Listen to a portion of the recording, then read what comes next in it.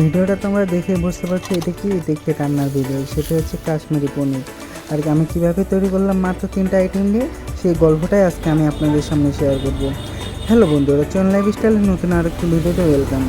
আর মা বাসায় নেই, তাই আমাকে বলছে যে বাসার জন্য রান্না করতে। তো কী করলাম, যে চটপট রান্না করতে হবে। রান্না করার জন্য দেখি তেমন কিছু নাই, আলু, পটল আর এইদিকে ময়দার প্যাকেট আছে। তো আমি শুরু করে নিলাম যে কাশ্মীরি বানাইতে। আর কাশ্মীরি কীভাবে বানাতে হয় সেটা অনেকে জানে, অনেকে জানেন না। যারা জানেন না তাদের জন্য আজকের এই ভিডিওটি।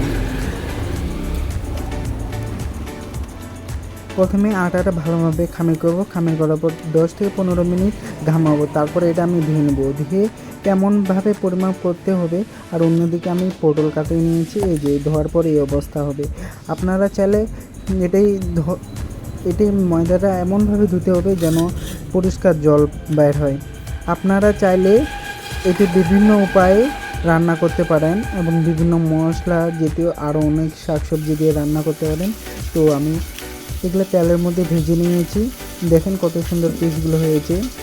আমার তো ওখানে দেখে খাওয়ার ইচ্ছা করছে, কিন্তু খাওয়া যাবে না, এটা ভগবানকে ভোগ লাগাতে হবে। আর অন্যদিকে আমি পটলগুলো ভেজে নিলাম। পটলের সবজি রান্না করার দিকে একটা খেয়াল রাখবেন যে সবজির মধ্যে কাঁচা পটল দিলে সেটা কেমন তার স্বাদ করে না, তাই পটলগুলো আগে ভেজে নিতে লাগে। পটলটা তেলের মধ্যে ভেজে নিচ্ছি। তো আলুগুলো আছে, তো আলুগুলো কী করবো, আলুগুলো ভেজে নিলাম। আলু, পটল, এদিকে দেখা যাচ্ছেন যে কাশ্মীরি অনেকে বলে কাশ্মীরি, অনেকে বলে ধোকা, অনেকে বলে ধোকা পনির, অনেক কিছু বলে। তো আমি কাশ্মীরি আমি সাধারণত বলি। আর অন্যদিকে কড়াইয়ের মধ্যে কিঞ্চিত পরিমাণ তেল নিলাম। তেলের পর আমি পাঁচফোড়ন দিলাম। আমি আগে বলে দিয়েছি মাত্র কয়েকটা আইটেম দিয়ে আজকে তৈরি করে দেখাবো মজাদার কাশ্মীরি সবজি। আপনারা ভিডিওটা অবশ্যই শেষ পর্যন্ত দেখবেন। যে পাঁচফোড়নটা একটু পূরণ করে নিলাম। পূরণ করে নেওয়ার পর আমি আলুটা ভেজে নিচ্ছি আবারও। আলুটা এবার ভেজে নিচ্ছি এবার সবজির জন্য। টংকালে হালকা একটু ভেজে নিয়েছিলাম। আলুটা ভাজতে ভাজতে এর মধ্যে হলুদটা দিয়ে দিলাম। হলুদ পরিমাণ মতন দিবেন।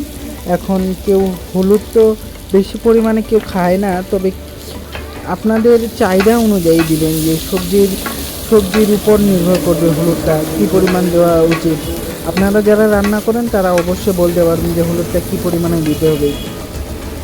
দিয়ে হলুদটা দেওয়া শেষে আমি মরিচের গুঁড়া দিয়ে দিলাম। মরিচের গুঁড়াটা একটু বেশি করে দিলে হয় কি, কাশ্মীরি কালারটা অনেক সুন্দর হবে। কারণ আমি টমেটো ইউজ করি নাই, টমেটো ইউজ করলে সেটা হিসাব আলাদা ছিল। আবারও আমি ভেজে নিলাম।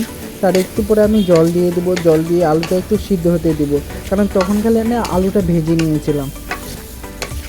দেখতেছেন 2 থেকে 4 মিনিট নাড়তে হবে, ভালোভাবে নেড়ে চেড়ে নিতে হবে। এখন আমি লবণ দিয়ে দেবো। লবণটা অবশ্যই পরিমাণ মতন দিতে হবে, লবণ অতিরিক্ত দেওয়া যাবে না।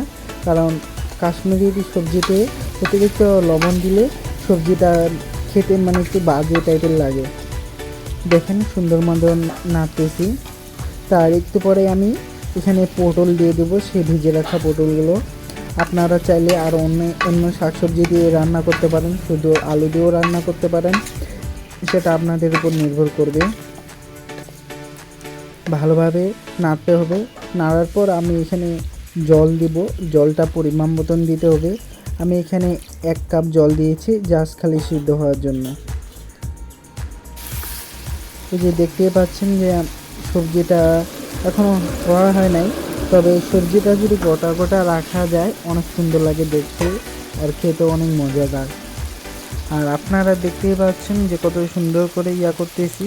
এরপরে আমি এখানে সেই যে ভেজে রাখা ঢোকাগুলো দিয়ে দিলাম কড়াইয়ের মধ্যে ঢোকাগুলো দেওয়ার পর আপনারা এটাই ভালো মতো নেড়ে চেড়ে আবারও ঢাকা দিয়ে রাখবেন যেন একটু কষাবে। যখন এটা ফুটে আসবে তখন আমাদের কাশ্মীরি ঢোকার সবজিটা হয়ে যাবে।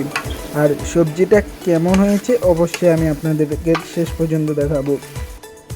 এই রান্নার পর দেখেন কত সুন্দর দেখতে লাগতেছে এই কাশ্মীরি পনিরটা। আমি প্রথমে বলছি যে এটি হচ্ছে একবারে সাত্বিক আহারের অনেক সুন্দর একটি রেসিপি। যদি বাসায় যদি শাকসবজি কম থাকে এইভাবে রান্না করতে পারবেন। আর এতে